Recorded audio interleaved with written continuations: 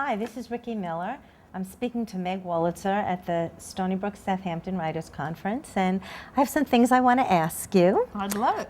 Meg was a teacher of mine last semester. Did you always want to be a writer? Absolutely, my whole life, yeah. Even when you were little? You never Yeah. had another career choice? No, I never did. I was in first grade and I had a teacher named Mrs. Gerby, and she used to invite me up to her desk and I would dictate stories and she would write them down. And they all were so weird. There was like one about two truckers and one said, "Get up on the rig, Mac." I just sort of wanted to know what life was like, and adult life was like, I guess, and being a writer is a way to find out. Do you think that this had to do with your mother being a writer and that you grew up in this kind of environment?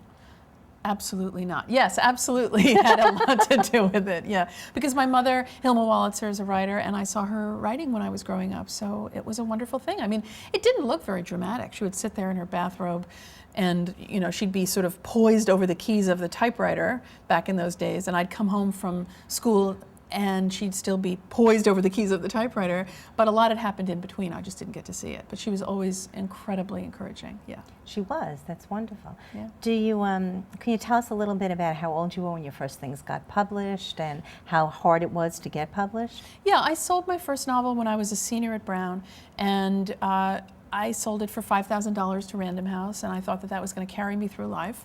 And I still have a few dollars left, but it was a wonderful thing. I was very, very fortunate to have it happen kind of swiftly and maybe not in the usual trajectory. I think it's really hard for people starting out now, and I'm very, very sympathetic to students who are just, you know, trying to publish at a time that fiction is not celebrated in the way generally as it was, but except by those of us who absolutely love it. Do you think that a lot of the characters that you've written about are similar to you or very different? Is it more satisfying to write about people who are very different and to kind of live a different life? Or do you think that you really put a lot of yourself, you find a lot of it yourself in the characters? Oh, that's a good question. I never write about myself. I never write autobiographically, except where do these ideas come from? We're marinating in them. We're, you know, you sort of walk around thinking about things, puzzling over them. It's like this life is this big Rubik's Cube, and you're just always kind of trying to figure things out.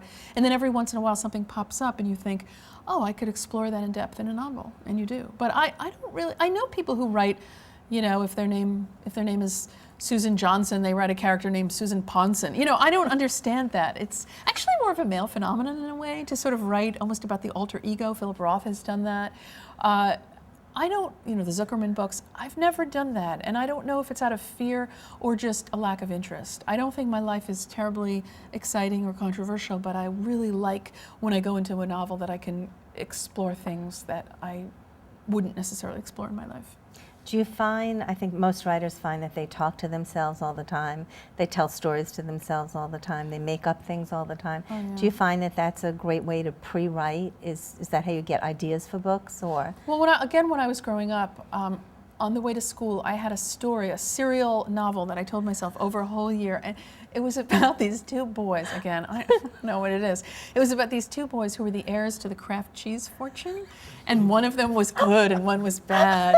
And you know, and I think that was really because of my intense involvement with television as a child and sort of commercials for things. But I do tell myself stories, and I do entertain myself and do whatever I can to entertain myself. Like when I go to the bank and I see people standing there without a book, or I'm like, how could you do that? If I were thrown in prison, my worst fantasy is like thrown in solitary without a book. Can you imagine that? It would be so bad. I but you would have to can't. tell yourself I can't. the extended, more adult version of the Kraft cheese Yes, heirs. yes. I guess you would do it that way. But yeah, I always tell myself things to entertain myself. Always. Yeah, I think that all writers do that. Yeah. I think it's what keeps us going. It does. And Yeah. I know you have a very good sense of humor. You may not I think like you a do, good joke. but I think you have a very good sense of humor. Thank you. And I think there's this kind of undercurrent wit about you that comes off in your writing, this kind of snarly, I don't know what to call it, but I've noticed it in your books. And thank you. I think in the book I particularly liked of yours, although I liked all your books, The Wife, the main character had a very deceptive, there was a deceptiveness in the whole book. Right. And I don't see you like that. I see you very open. And well, as I said, I don't write, I'm not those characters. I just am not. But I have a lot of interests that don't come out, Oh, I know some of them. Oh, well, if you're in my class, the teacher-free associates about all kinds Meg of things. likes cakes. I like cakes. She likes all kinds of cakes, Well, she told me. Ricki likes to bring I like cookies. dessert foods into the class. So should you find yourself fortunate enough to be in a class with Ricki Thank you, Miller, you yes, will perhaps yes. be. So Yes, but I know you like television. this really makes me sound like No, no, Saul no, Bellow. no. Cake and television. No, I think that you can get a lot of ideas from television, and I think it's a way of keeping current with what's interesting to people. Yeah, my new book is called Bewitched: The Later Years. No.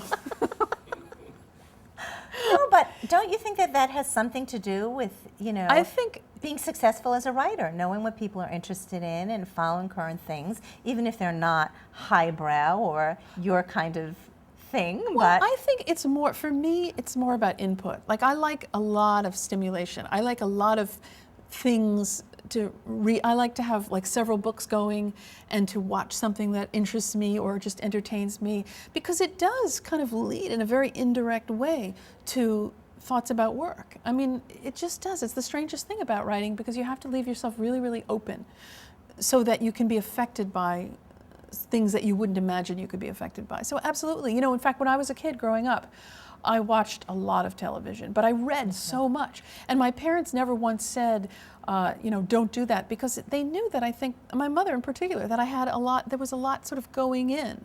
And in fact, the people who become big readers are the ones whose parents often said, put that book away. And so that reading became like books became a hot object to them. They became something sort of illicit. And I think if something becomes like a private, illicit thing, it becomes important to you. And television for me, I remember actually, again, back when I was really young, the show Mary Hartman was on, and it was on very late at night, 11 o'clock at night on a school night.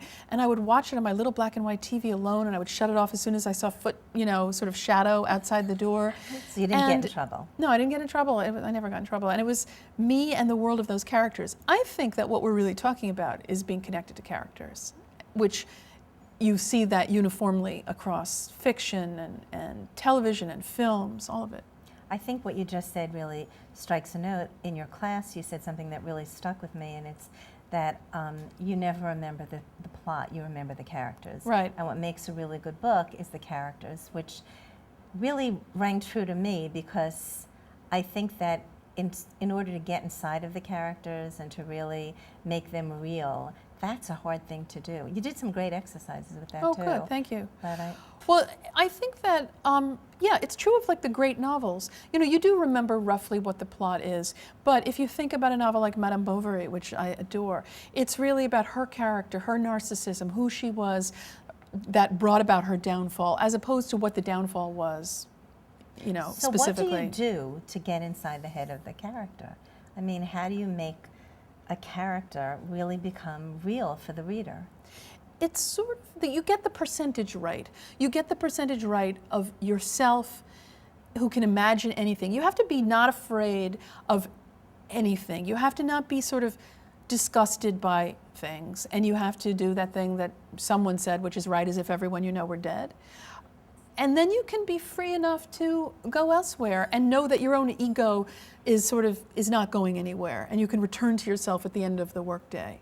I think you have to just be sort of not afraid of writing about people who aren't yourself. I mean, I'm not a fan of what I've started to call the sort of pajama party school of fiction, which is where every character is supposed to make you feel really good and like you want to be their best friend. Right, right. Who wants to be Emma Bovary's best friend? I mean, she'd have no interest in us. Who wants to be even Anna Karenina's best friend? But some novels do that, and that's okay too. They're very comforting. But for me, I look to novels for more of what I call muscularity.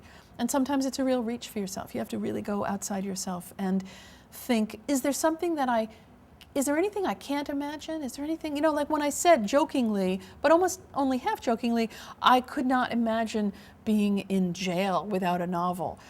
I'm sort of imagining myself thrown in jail for some Kafka-like crime that I didn't really commit. But you have to be able to sort of imagine anything. And I think once you do that, you think that people are not that different from one another, and you're not such a freak that you can't imagine what would it be like if something happened. Patricia Highsmith, who is a fabulous novelist and you know, a crime writer, wrote The Talented Mr. Ripley and those sequels, really imagined a kind of a sociopath. And you see it from his point of view, and you feel the anxiety of possibility for yourself. And I think that's what good writers do. They create a level of anxiety because you feel that you've gotten yourself into a jam. It's like dream life. You know how in dreams you get yourself into some kind of situation and you're trying to explain your way out of it? That's what novels are like sometimes. So that's the only form you've ever wanted to write, either short story or novel? I would like to write a play, but I've never written a play. But every time I come to Southampton in the summer and I talk to playwrights and I talk to directors, I get very excited and I listen to their sort of words of wisdom. And it's very touching to me because I know sometimes if I say something in a fiction class and somebody writes it down, I feel, oh, that's interesting that mattered to them. Anything that, you know, Marcia Norman or Emily Mann has said, I feel like going home and writing it down because it's a different form and you're out of your element. But there is something across the forms that links us because we all want to hear a story. You know, we all want an imagined world, and that's what novels and poetry and plays really all have in common. I would like to write a play because I think that letting characters talk is something that novelists need to do more. Novelists sometimes intrude, and just when the characters are starting to really get a good conversation going, they kind of intrude and say, she remembered when she was 20, you know, and the characters then back away and the scene never gets finished. So I like good dialogue in novels, and I think writing a play would be very compelling. Meg, how did you like teaching, I think it's your first course in Manhattan, in the Manhattan campus this past spring? Well, I thought it was great, but you can, of course, feel free to contradict me since you were in my class. It was really wonderful. I didn't know what to expect. It was a long day, and a very serious long day, and I think that everybody left really feeling kind of invigorated. I enjoyed it a lot.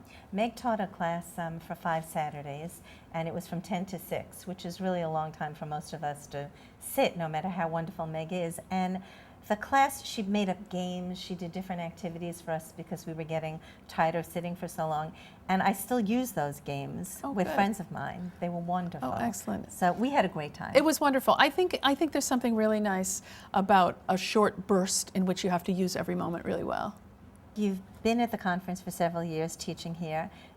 What especially about teaching at the conference do you find really either helps you, or what do you enjoy? How do you feel about knowing the students in such a short amount of condensed, really intense time? I love coming here. Every year it's a different set of students completely, and I really like seeing their work. And this year the work is so diverse that nothing has anything in common with anything else in my workshop, and that's been so great because you come in and you do the thing that John Updike said about reviewing, which is, I know we talked about this in our class, submit to the spell of the story, and everybody here is willing to do that. And I think that because it's so intense and short, people do it very seriously. Well, thank you, Meg. It's been wonderful speaking with you. Thanks, Ricki.